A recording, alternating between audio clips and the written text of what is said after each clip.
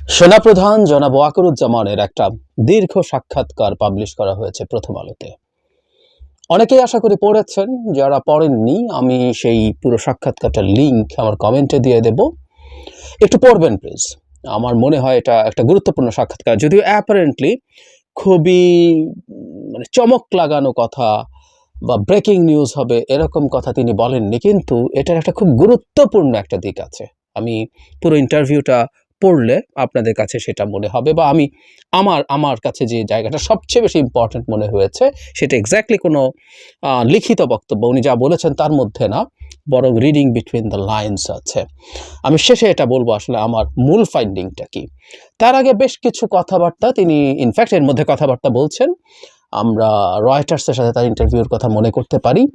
এর মধ্যে বেশ কিছু গুরুত্বপূর্ণ ইস্যু এসছে, তার রাজনীতির প্রশ্ন এসছে, মানে রাজনীতিতে ইনভলভমেন্টের ইতিহাস নিয়ে কথাবার্তা এসছে খুব ইন্টারেস্টিংলি সেনাবাহিনী যেন রাষ্ট্রপতির অধীনে থাকেন এবং ভারত সম্পর্কে, আমাদের এই অঞ্চলের নিরাপত্তা সম্পর্কে নানান ইস্যুতে কথা হয়েছে। কয়েকটা জিনিস আমি একটু পড়তে চাই এবং সেগুলো সম্পর্কে আমার দু একটা মতামত একটু দিয়ে তারপর আসলে আমার ওই ফাইন্ডিংটার কথাও বলবো।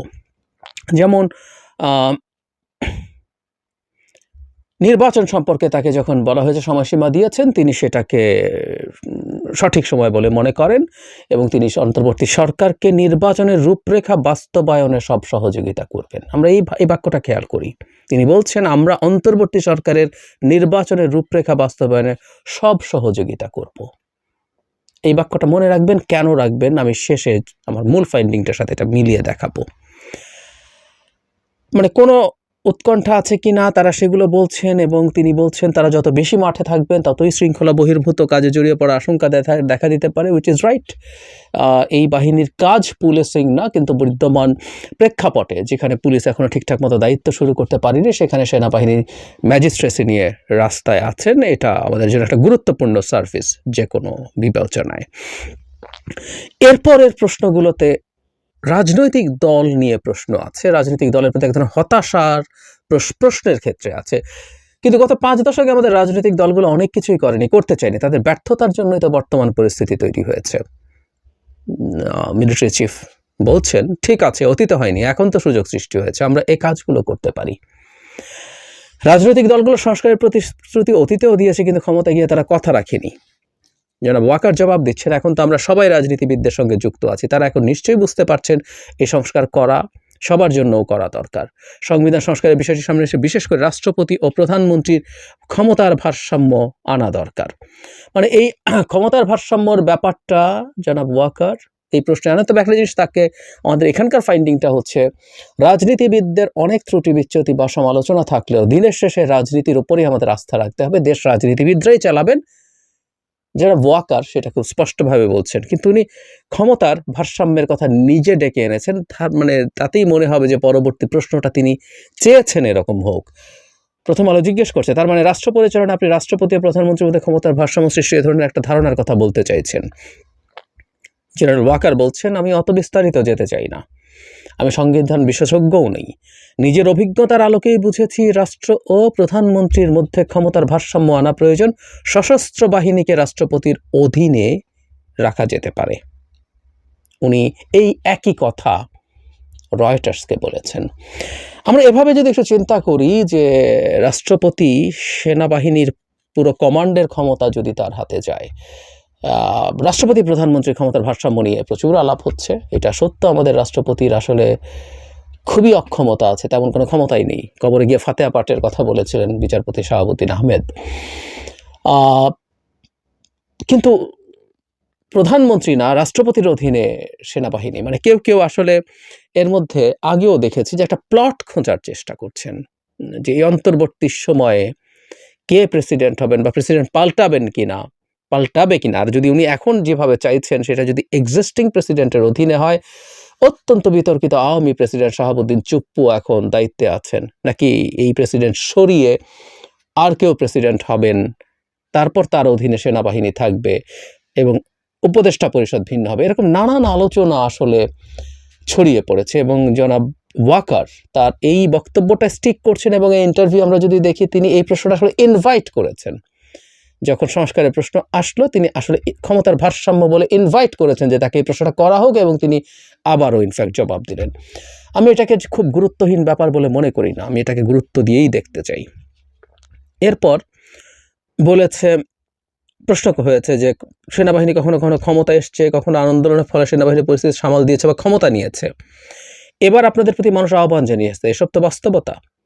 তিনি বলছেন যে তারা খুব একটা সুখকর নয় ইত্যাদি ইত্যাদি বলে উচ্ছৃঙ্খলতা থেকে, বিশৃঙ্খল অবস্থা আছে সেখান থেকে সরিয়ে আসার কথা বলেছেন। এরপর আন্দোলনের বলা হচ্ছে যে প্রচুর চেষ্টা হয়েছে, কিন্তু সংস্কার তো ঠিকমতো হয়নি। এই পরিস্থিতিকে শেষ সুযোগ হিসেবে দেখেন কিনা? আপনারা ইন্টারভিউটা পুরোটা পড়বেন, আমি পুরোটা পড়ছি না, এটা বোরিং হবে অথবা অনেক লম্বা সময় লেগে যাবে।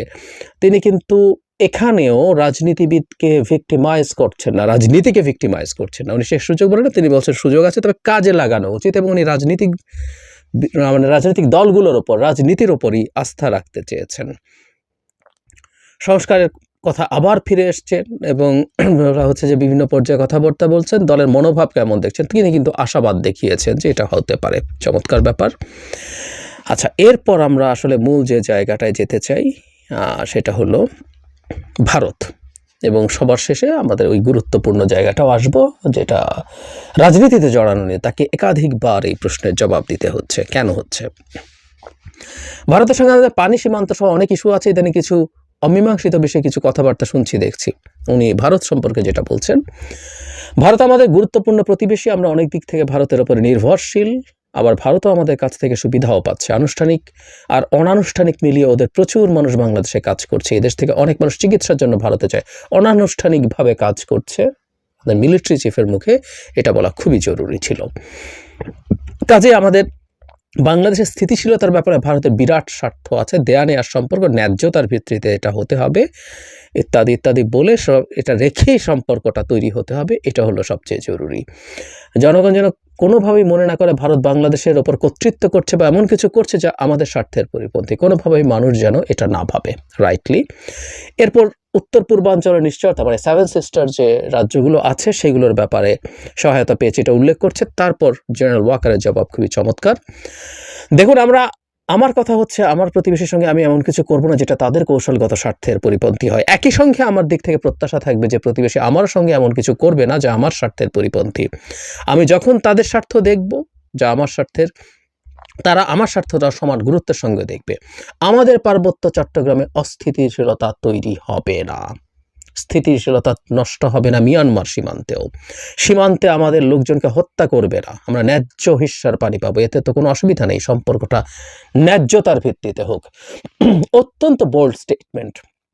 আমরা জানি যে বাংলাদেশের পার্বত্য চট্টগ্রামে যে ইনসার্জেন্সি হয়েছিল দীর্ঘ সময়, 80s 90s এরকম সময়গুলোতে, সেই ইনসার্জেন্সি ভারতের প্রত্যক্ষ মদদে হয়েছিল। তারা ভারতের আশ্রয়ে থেকে এসে এখানে ইনসার্জেন্সি করেছে, তাদের অস্ত্র সাহায্য পেয়েছে। সুতরাং যখন বারবার 7 সিস্টার্সের আলাপ হয়, এই আলাপের সাথে তিনি রাইটলি পার্বত্য চট্টগ্রামকে জুড়ে দিয়েছেন এবং মিয়ানমার সীমান্তের আলাপটা তুলেছেন। কারণ সাম্প্রতিক সময়ে মিয়ানমার সীমান্তে অস্থিতিশীলতার পেছনে ভারত রোল প্লে করছে কিনা, আমাদের এখানে আরাকান আর্মিকে, যদি আরাকান আর্মির সাথে ভারতের সম্পর্ক আগে ভালো ছিল না, রাজনীতিতে শেষ কথা বলে কিছু নেই, সুতরাং সেটাকে দিয়ে, তাদেরকে দিয়ে কোনো অস্থিরতা তৈরির চেষ্টা করে কিনা সেটাও তিনি রাইটলি উল্লেখ করেছেন। চীনের কথা বলছেন, চীনের পররাষ্ট্রনীতি, এগুলো আমার কাছে খুব জরুরি না, কিন্তু এই যে রাজনীতি নিয়ে সব কিছুর পরও অনেকেই এখনো বলেন সেনাবাহিনীর আগ্রহ আছে রাজনীতি বা ক্ষমতা নিয়ে। সাধারণ মানুষের এমন ধারণা অতীতের অভিজ্ঞতা থেকে। তিনি বলছেন সামরিক বাহিনীর অবশ্যই রাজনীতিতে হস্তক্ষেপ করা উচিত নয়, রাজনীতিতে নাক গলানোর বিষয়টিও সেনাবাহিনীর জন্য ক্ষতিকর। অতীতে এগুলো হয়েছে, আমরা অতীত থেকে শিখেছি, এটা কখনো ভালো ফল বয়ে আনেনি। এই জন্যই আমার অঙ্গীকার হচ্ছে প্রধান হিসাবে নিজের মেয়াদকালে আমি রাজনীতিতে নাক গলাবো না, আমি সেনাবাহিনীকে রাজনৈতিক পরিমণ্ডলে হস্তক্ষেপ করতে দেব না, এটাই আমার স্পষ্ট অঙ্গীকার। আমরা মনে প্রাণে বিশ্বাস করি রাজনীতিবিদের বিকল্প রাজনীতিবিদরাই, তাদের বিকল্প সেনাবাহিনী নয়। তারপর জিজ্ঞেস করছে, বিভিন্ন দাবি দাওয়া নিয়ে আসছেন, এই প্রেক্ষাপটে জনগণের প্রতি কোনো বার্তা কি দিতে চান? এরপর উনি একটা বার্তা দিয়েছেন, জটিল কঠিন পরিস্থিতি, সবাই এক্সপেকটেশন যাতে কম রাখা উচিত, ব্যবসায়ীদের প্রতি আহ্বান জানিয়েছেন যাতে জিনিসপত্রের দাম নিয়ন্ত্রণে থাকে, ইত্যাদি ইত্যাদি বলে উনি এক ধরনের আহ্বান জানিয়েছেন। আমরা ডক্টর মোহাম্মদ ইউনূস অন্তর্বর্তী সরকারের সফলতার জন্য সবকিছু করতে প্রস্তুত আছে এবং প্রস্তুত থাকব।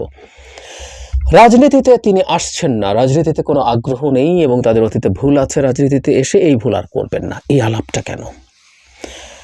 বাংলাদেশে একটা প্রেক্ষাপট তৈরির চেষ্টা হচ্ছে যেটাতে সামরিক বাহিনী অনিবার্যভাবেই আলোচনায় আসছে। মানে বাংলাদেশের এই ডক্টর ইউনূস সরকারকে সিরিয়াসলি ডিস্টেবিলাইজ যদি করা যায়, আনস্টেবল যদি করে তোলা যায়, তাহলে সেনাবাহিনী ক্ষমতা নিতে পারে এবং এরকম একটা অঙ্ক ভারতের দিক থেকে আছে, এই আলাপ আছে।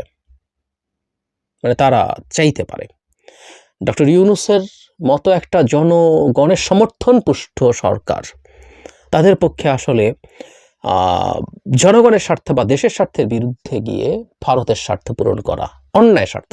আমি আমাদের চিফ যেভাবে বলেছেন, আমরা ওইভাবেই বলি, পারস্পরিক স্বার্থ দেনা পাওনার বাইরে গিয়ে করা সম্ভব না। ফলে ভারতের জন্য মন্দের ভালো হচ্ছে এখানে একটা মিলিটারি টেক ওভার হওয়া, এটা ফ্যাক্ট। এই আলাপ অনেকেই করছেন, রাইটলি করছেন, আমরা এটাকে যৌক্তিক মনে করি। ফলে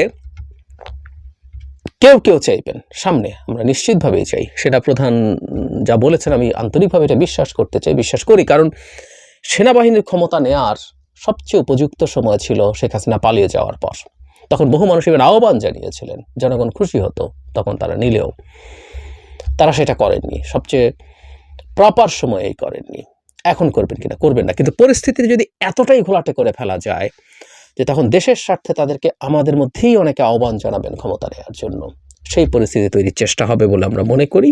তিনি এখানেও একটু স্পষ্ট বার্তা দিয়েছেন, আমরা বরং সেনাপ্রধানের কাছে চাইব সেই রকম পরিস্থিতি যাতে তৈরি হতে না পারে, তারা সেটা মানে মাঠের অন্তত শান্তি শৃঙ্খলা আইন শৃঙ্খলার ক্ষেত্রে তারা সেটা নিশ্চিত করবেন।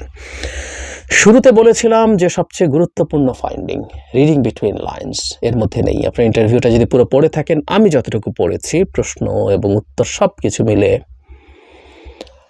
জনাব ওয়াকারকে আলাদা একটা সত্তা হিসাবে দেখা গেছে এখানে। মানে খুব স্পষ্টভাবে যদি বলতে চাই, উনি তো প্রজাতন্ত্রের একজন কর্মচারী, তিনি এই সরকারের অংশ, তিনি ডক্টর ইউনূসের অধীন, কিন্তু উনি সাহায্য করবেন নির্বাচন এবং আদার ইস্যুতে। মানে খানিকটা এরকম যে এটা ওনার সদিচ্ছা না, এটা ওনার সদিচ্ছা নয় কোনোভাবেই, এটা ওনার একেবারে চাকুরির দায়িত্ব, একদম সোজাসাপটা কথা। কিন্তু এই পুরো ইন্টারভিউর টোন হচ্ছে উনি একটা ডিফারেন্ট এন্টিটি, স্টেটের একটা পাওয়ার সেন্টার। কথাটা হয়তো ভুল না, কেউ কেউ বলতেই পারেন, হ্যাঁ আমরা মানি এটা ১/১১ সরকার না, ১/১১ সরকার মানেই হচ্ছে আসলে মিলিটারি সরকার। ওটা একটা কু ছিল সত্যিকার অর্থে, একটা ডিফারেন্ট ফর্মের কু, যেখানে সামনে একটা সিভিল মুখোশ ছিল।